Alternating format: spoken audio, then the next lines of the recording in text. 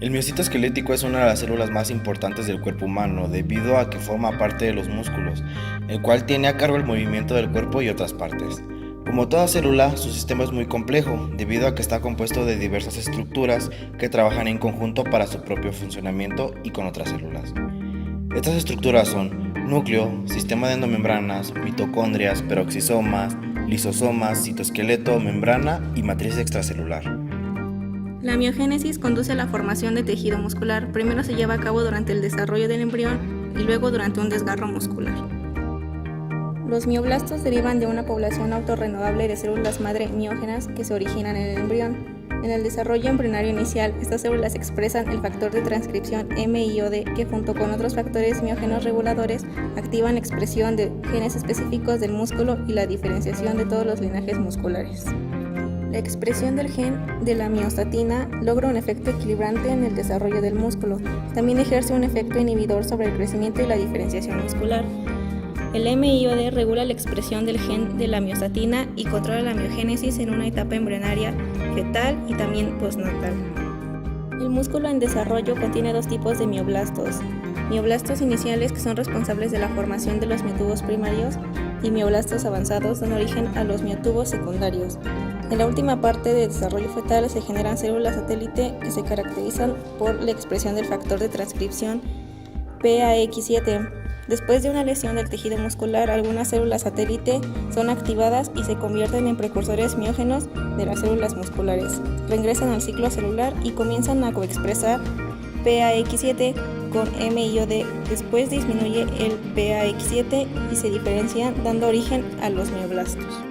El tiempo de la prometafase es de 94.5 minutos y el periodo entre la anafase y la formación del cuerpo medio es de 43.5 minutos.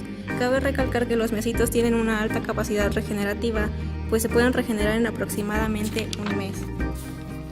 Para que la división celular suceda, se necesita la transcripción de ARN y la síntesis de otras proteínas, la cual comienza en el núcleo. Núcleo del miocito. Los miocitos son células multinucleadas o sincitios de dos o más núcleos. Pueden llegar a ser centenares, compartiendo el mismo citoplasma, ubicados justo debajo del sarcolema. Los núcleos presentan una envoltura nuclear y está compuesto por las membranas nucleares, la lámina nuclear, y los complejos de poros nucleares. La lámina nuclear está compuesta por tres polipéptidos principales llamados lámina A, lámina B y C, que son proteínas. Se expresan en la mayoría de las células somáticas diferenciadas. Debido a que tienen numerosos núcleos, también tienen un nucleolo por cada núcleo. Estos juegan un papel muy importante en los procesos metabólicos, pues aquí comienza la síntesis de proteínas para diferentes funciones. La traducción de proteínas se puede realizar en ribosomas libres o asociados en membrana. La localización de la traducción depende de la función que desempeñará la proteína. Por ejemplo, el receptor de acetilcolina es una proteína de membrana que se sintetiza en ribosomas asociados a membrana de retículo endoplásmico, la cual se transporta a través de la translocasa sección 61 a través de la membrana del retículo endoplasmático, seguido del tránsito en Golgi, para llegar así finalmente a la superficie celular. Este es el motivo por el cual se termina de traducir en un ribosoma asociado a membrana de retículo endoplásmico. Otro caso es la alfa-actina, la cual es una proteína asociada a ribosomas libres, los cuales están en el citosol de la célula, pues la alfa-actina forma parte importante del citoesqueleto del miocito. El gen codificante es ACTA1 y su factor de transcripción es el SRP o el factor de respuesta al suero. Las proteínas que terminan su maduración en retículo endoplásmico rugoso o Golgi son envueltas en vesículas, las cuales son transportadas gracias a proteínas motoras. La dineína se dirige del retículo endoplásmico rugoso a Golgi y la cinesina del Golgi al sarcolema. Las células satélite del músculo joven tenían abundante citoplasma rico en organulos. Sin embargo, con el aumento de la edad, existe una reducción cualitativa y cuantitativa de ellos. El retículo endoplásmico rugoso en miocito se presenta como pequeños perfiles aislados que carecen de dilataciones, mientras que por otro lado, el aparato de Golgi se encuentra en los tendones del músculo esquelético y su función es detectar la intensidad de la contracción muscular. También inhiben a la neurona motora gamma de las fibras musculares, lo que conduce a una relajación del tendón del músculo contraído. Es importante destacar que el retículo endoplásmico liso se encuentra muy desarrollado en el miocito, pues actúa como almacén de calcio en la célula. a través de la calsecuestrina y regula los niveles del ion calcio en el citoplasma a través de canales de liberación de calcio. El citoesqueleto es un andamio o base de fibras de polímeros que abarcan el interior de la célula. Es dinámico, pues tiene rápida organización de adaptación y variabilidad morfológica celular. Además cumple con la función de dar estructura y soporte a la célula, transporte intracelular, como ya se había mencionado a través de proteínas motoras, y contractibilidad y movilidad. Además tiene 3 componentes fundamentales. Los filamentos de actina, los cuales consisten en una hélice de doble hebra de monómeros de actina polimerizada, a los cuales la tropomiosina y troponina se les enrollan para apoyar en la contracción muscular. También cuenta con filamentos gruesos de miosina, los cuales poseen una parte globular que genera el movimiento y otra lineal que es la encargada de anclarse a otras miosinas. Y también con filamentos intermedios, cuya subunidad es la desmina 3, los cuales colaboran en la conexión lateral de las miofibrillas y están asociados a los costámeros, cuya misión es trabar los discos Z y establecer conexiones de estos discos con el sarcolema, núcleo y mitocondrias. El sarcómero es la unidad anatómica y funcional del músculo estriado. Se encuentra limitado por 2 líneas Z con una zona A y 2 semizonas. En su composición destacan 2 proteínas, actina y miosina, los cuales también forman parte del citoesqueleto del miocito, y las cuales también participan en la contracción muscular, la cual consiste en el deslizamiento de los filamentos gruesos de miosina sobre los filamentos delgados de actina.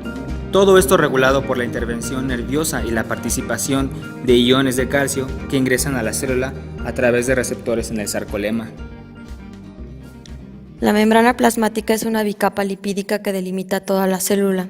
Es una estructura formada por 2 láminas de fosfolípidos, glucolípidos y proteínas que la rodean, limitan la forma y contribuyen a mantener el equilibrio en el medio intracelular y el medio extracelular.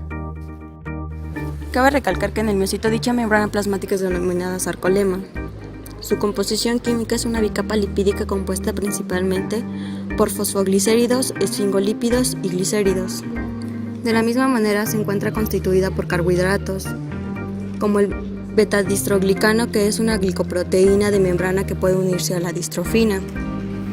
Algunos otros carbohidratos se encuentran unidos de forma covalente a los componentes lipídicos y proteicos. Algunos de estos componentes son proteínas fijadas a lípidos, que se localizan fuera de la bicapa de lípidos, ya sea en la superficie extracelular o citoplasmática, pero que tienen enlaces covalentes con una molécula de lípidos que se sitúa dentro de la bicapa. Un ejemplo de estos es el FAT CD36, que se encuentra presente en el sarcolema y participa en la oxidación de ácidos grasos. Dentro del sarcolema existen las proteínas integrales, que son proteínas transmembranales, esto es que cruzan toda la bicapa de lípidos. Un ejemplo de ello es el CD81.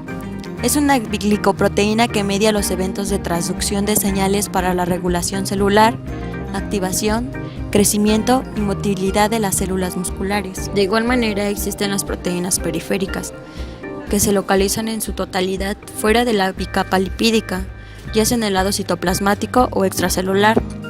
La distrofina es un ejemplo de estas, la cual es una proteína con una cabeza corta y una cola larga que está ubicada justo debajo del sarcolema. Su función se relaciona con el anclaje de las proteínas musculares a la membrana celular. Este tipo de proteínas son de gran importancia en la permeabilidad de la membrana, ya que es por medio de estas que se regula la entrada y la salida de sustancias del medio intracelular al extracelular. Es decir, la membrana debe retener los materiales disueltos de la célula para que se escapen hacia el exterior, mientras que por el otro lado debe permitir el intercambio necesario de materiales al interior y al exterior de la célula. Para ello existen 3 tipos de transporte: pasivo, activo y ósmosis. El pasivo se hace a favor de un gradiente, por lo tanto este transporte no gasta energía. Un ejemplo de este es el transporte de la glucosa a través del sarcolema, el cual ocurre por medio de difusión facilitada, mediado por un transportador de glucosa llamado GLUT4. Dentro de este transporte juega un papel muy importante la insulina. Esta se une al receptor presente en el sarcolema llamado receptor de la insulina, el cual estimula a la vesícula que contiene GLUT4. GLUT4 percibe la señal y permite la entrada de glucosa al interior de la célula. La contracción muscular es el proceso fisiológico en el que los músculos desarrollan tensión y se acortan o estiran. La contracción se puede explicar como un desplazamiento de los miofilamentos, todo esto regulado por iones calcio y ATP. La contracción muscular inicia cuando un impulso nervioso avanza a lo largo del axón de una neurona motora y llega a la unión neuromuscular. El impulso nervioso desencadena la liberación de acetilcolina, que se une a conductos de sodio activados por acetilcolina, causando la despolarización del sarcolema. Se abren conductos de sodio activados por el voltaje y el sodio entra a la célula. La despolarización continúa a través de las membranas de los túbulos T, donde las proteínas sensoras de voltaje, DHRS, cambian su conformación. Los túbulos T están en estrecho contacto con el retículo sarcoplásmico, donde los conductos R y R1, los cuales liberan calcio, son activados por cambios conformacionales de las DHRS. El calcio se libera desde el retículo sarcoplásmico hacia el sarcoplasma. El calcio se difunde a los miofilamentos, donde se fija a una porción del complejo de tropomiosina y se inicia el ciclo del puente transversal de actomiosina. El calcio es devuelto a las cisternas terminales del retículo sarcoplásmico, donde es concentrado y capturado por la calsecuestrina. La relajación es el momento en el que la contracción da fin, pues las fibras de miosina y actina entran en su lugar de nuevo. La relajación es el resultado del fin del impulso nervioso en la placa neuromuscular. Para que se produzca dicha relajación, se debe eliminar el calcio del citoplasma celular y se debe aportar una molécula de ATP a la miosina. Es aquí donde las mitocondrias tienen un papel importante, pues estas se producen para satisfacer las demandas de energía requeridas por el músculo. Son responsables de la producción de ATP a gran escala para lograr la locomoción del músculo. Su contenido está confinado por la biogénesis y la mitofagia. El ejercicio promueve la descomposición de las mitocondrias, las cuales después de ser dañadas son engullidas por un autofagosoma que las transporta al lisosoma para su degradación. Al realizar ejercicio, se eleva la biogénesis de los lisosomas y sirve para mejorar la capacidad de degradación autofagosómica, ayudando así al mantenimiento de la calidad mitocondrial. El lisosoma de miocito, al igual que de otras células, se encarga de degradar los otros organelos contenidos en la misma célula para así poder reutilizarlos. Como te has dado cuenta, las proteínas se encuentran en casi todas las actividades de la célula, en especial las de la membrana. Este mismo tipo de proteínas actúan como receptores de algún ligando, llevando a cabo la señalización entre célula y célula. Un ejemplo de señalización es la señalización parácrina, la cual lleva a cabo el miocito, en donde la célula de señalización es la neurona, la célula diana es el miocito, el ligando es la acetilcolina y el receptor es el receptor de acetilcolina. La entrada de acetilcolina a la fibra muscular causa despolimeración del sarcolema y genera un potencial de acción que disemina rápidamente por los túbulos T, causando la contracción muscular. La membrana plasmática se encuentra en contacto directo con la matriz extracelular. Esta es una red organizada de materiales extracelulares que se encuentra más allá de la proximidad inmediata del sarcolema. Esta participa en la integridad y señales bioquímicas, además de desempeñar un papel muy importante en la miogénesis. Cabe destacar que la matriz extracelular en el miocito es denominada lámina basal. Esta se encuentra compuesta por colágenos, proteoglicanos, glicoproteínas no colagenosas y factores del crecimiento. La proteína más abundante es el colágeno tipo 5 de triple hélice, cuya subunidad son cadenas alfa. Un ejemplo del proteoglicano presente en la lámina basal es el biglican, cuyo glucosaminoglicano es el sulfato de condroitina. Estos proteoglicanos participan en la actividad del factor de crecimiento, organizan el entorno extracelular y mantienen la estructura y función del tejido. Otro de los componentes presentes en la lámina basal es el colágeno tipo 1, tipo 3, tipo 4, 5 y 6. Todas estas moléculas de colágeno son trímeros formados por 3 cadenas polipeptídicas llamadas cadenas alfa. Forman parte de la familia de glicoproteínas fibrosas y se caracterizan por su gran fuerza tensil. Fibronectina. Tiene diferentes dominios, lo cual le permite unirse a otras proteínas de la matriz extracelular, como colágenos y proteoglicanos. Esta es una proteína formada por 2 subunidades de unos 250 kilodaltos, cada una unidas por puentes disulfuro. Otro de los componentes de la lámina basal es la laminina 2. Está constituida por el ensamblaje de 3 polipéptidos unidos por puentes disulfuro. Las cadenas alfa y beta se encuentran organizadas en una molécula en forma de cruz. Forman parte de una familia de glicoproteínas extracelulares. La laminina 2 interacciona extracelularmente con el alfa-distroglicano y este a su vez con el beta-distroglicano, el cual se une intracelularmente a la distrofina, formando así un complejo de proteínas llamado imidesmosoma. Dentro de este complejo, el distroglicano actúa como una molécula de adhesión. Se cree que este complejo une el citoesqueleto de actina con la matriz extracelular. Como podrás ver, las células realizan un gran número de actividades complejas y muy coordinadas, siendo cada una de ellas de vital importancia para su buen funcionamiento. Y el tejido muscular tiene a su cargo el movimiento del cuerpo y de sus partes, y los cambios en el tamaño y la forma de los órganos internos.